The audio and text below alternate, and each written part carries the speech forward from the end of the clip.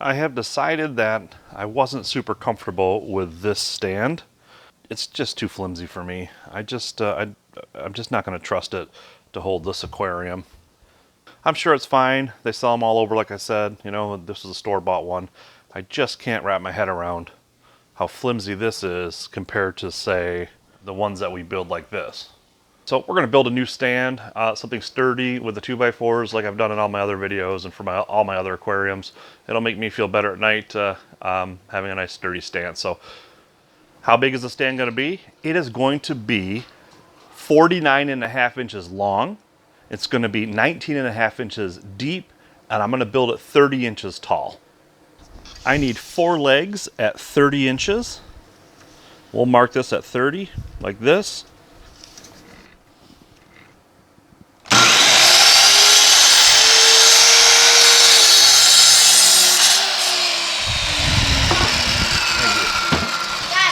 Good job.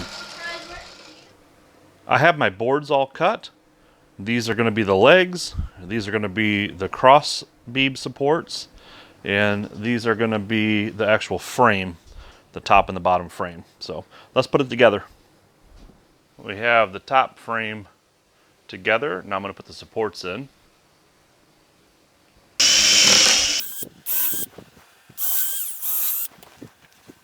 I'm using 2.5-inch deck screws.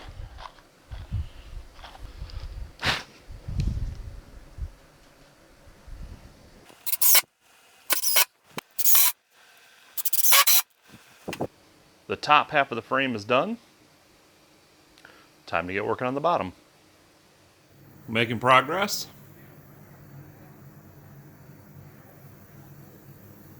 I went ahead and I cut out a piece of board for the top of the aquarium stand, basically for strength and integrity, and it just kind of ties the rest of the stand together and gives it that extra strength and support.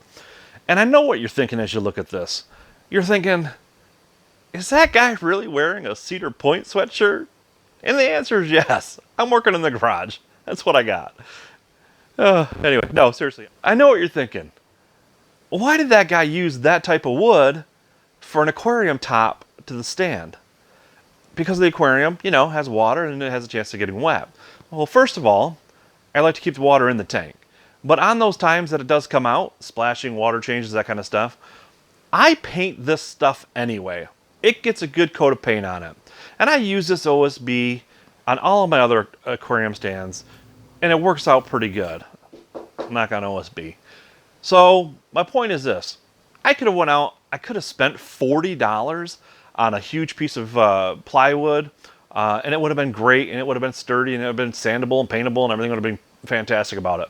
But this is a DIY project for an aquarium stand, and you know, my whole goal is to maintain costs. So for $9, I got a 4x8 sheet of this OSB, and you know, and I'll use it for the next stand that I'm going to build, which happens to be a turtle tank for my kids. They want a turtle tank, so we're going to build a turtle tank stand.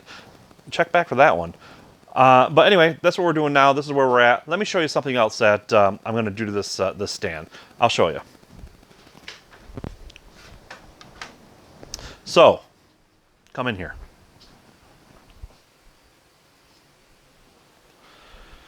So you know that this is the top, and then what we have is we have the frame of the stand here. But what I don't have is anything to transfer the weight from the top of the stand all the way down into the floor. Yes, I have this board here, but that's really it. And it's being supported by these 2 screws. So the whole weight of the aquarium is being held up basically by these 2 screws, which, you know, they might hold it. I don't know. But for peace of mind, what I like to do is I like to cut another piece of wood, right? In this case, it's going to be 23 inches. I'm going to cut another piece of wood. I'm going to put it in here. And then I'm going to cut another piece of wood and I'm going to put it in here. I'll have 2 pieces. And this will transfer the weight from all the way from the top of the tank all the way down to the floor. So the tank will be properly supported and I can sleep easy at night.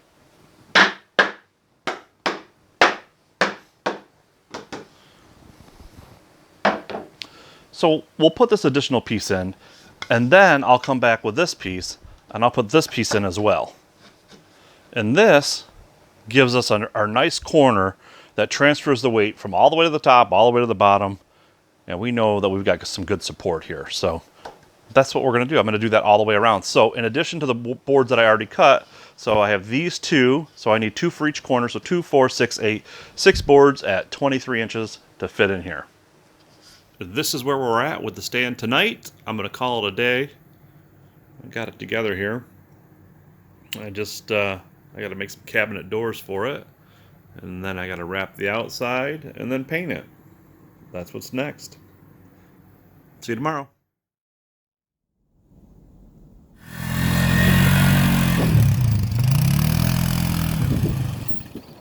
Good morning. We're back. I took the liberty of painting this last night after I turned the camera off. I just thought, you know what, let me paint it. That way it has a chance to dry overnight. So the stand is painted, but I can tell you, it is freezing here today in Michigan. 18 degrees, so we got the heater kicking and we got the fan up in the rafters to blow some of that warm air around, and we got an overhead heater going. So this will be nice and toasty out here shortly. But let's go ahead and get this stand situated, and let's see if we can't make some doors for it and kind of finalize this project so we can get that aquarium, that 75-gallon aquarium on here that we're going to use for our saltwater setup. So thanks for sticking around this long in the video.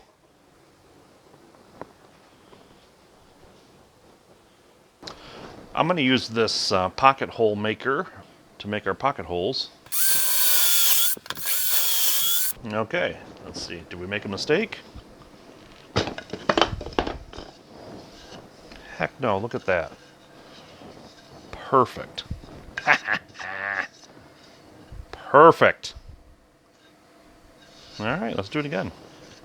So when you're doing this, you want to make sure that you're drilling the right sides, because I've made that mistake where I've drilled the opposite side. So we want to drill this side.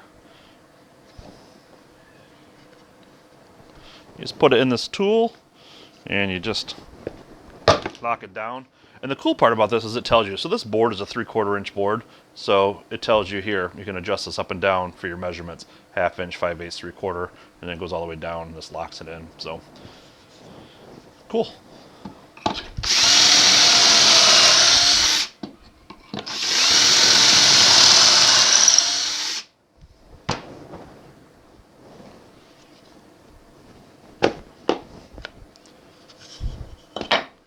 There you go. Perfect pocket holes. Look at that. Now, the question is, do I have screws for this? And I do. Let's take a look at how this is going to look. And I should clamp this so it doesn't move when I screw it together. I have a tool for that.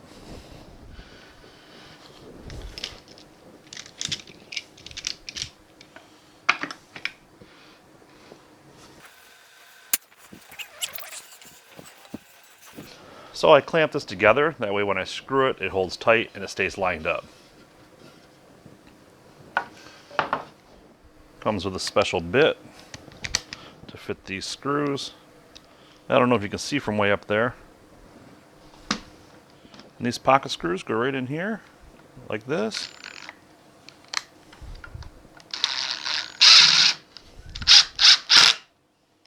And here goes number 2. And then we'll hopefully not have this come through the other side of the wood.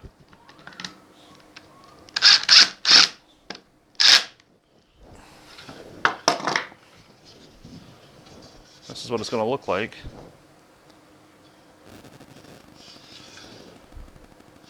And we'll do that to the other side. Okay, so here's our frame for our door right here. All right, you see the pocket holes are here and here. So I am now going to put a back on this. I think I'm going to use this wood over here. I think that's going to look pretty good. So that's what my door will look like when it's all said and done. Geez. This is just a quick little dry fit there to make sure that my measurements were close. I think it's going to look pretty good, actually. I'm fairly excited about this one. When you get ready to put your panel on the back of your door, make sure you're putting it on the back of your door. and make sure that your pattern or your grooves run the right way.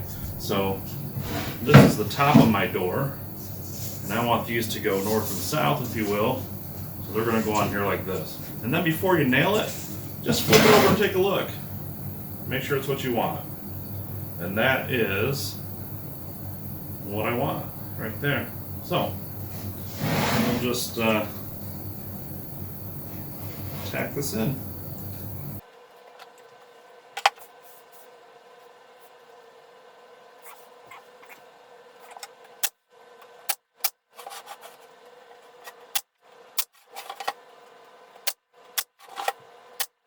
Alright, this is our panel door. Not too shabby for an amateur, huh?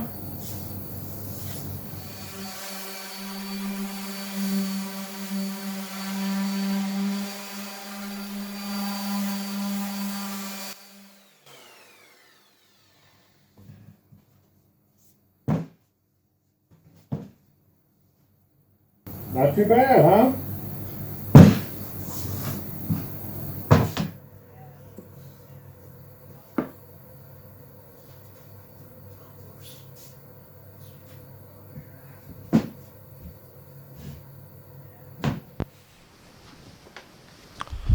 So this is the doors. I think they turned out pretty good for being an amateur, of course. They open all the way up. All of this is open. So now I just that gap that's in there, I'm gonna put a back panel on this, and then I'm gonna paint this. I'm gonna get this all painted up. It'll all look nice. It'll all blend in, and I think it'll be good in the end here. So we've got the cabinet doors back on. They're painted. The hardware's on. They open and close perfectly. Listen, I'm really happy with how this turned out. What do you guys think? I mean, I'm no carpenter by any stretch of the imagination, but this simple DIY aquarium stand, you know, I think I got them down. Just got to put the panel on the side, and this will be ready for that 75-gallon saltwater aquarium. And here is the finished product. All painted, the doors are on.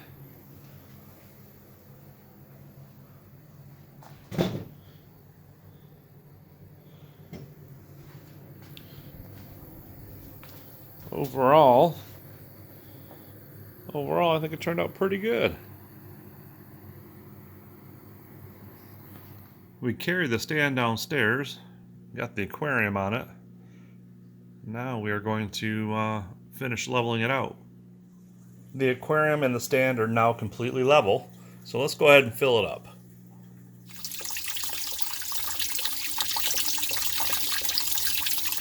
Alright, I'm going to leave you guys right here for now. I'm done with the stand, I've got the aquarium set up, we're getting her filled up, and then come back and check out my next video, which will be establishing this saltwater aquarium. My very first one I've ever done, so come back and check that out, how I walk through that process. And, you know, wish me luck. Thanks for tuning in this long. If you made it to the end of the video, give yourself a thumbs up. You earned it.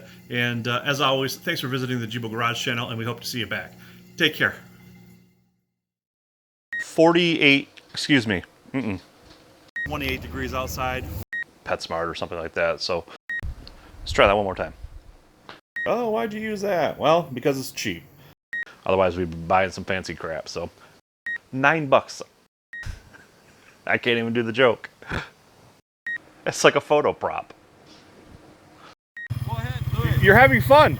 No, do it. All right. This is the attempt of the day. Will Jack feed these axolotls? Of course I'm gonna feed them. Hand Well- feed. Oh, hand feed. Okay. Welcome to Jibo's Garage channel. Be sure to like, share, and subscribe. Subscribe. The notification bell. Oh, God.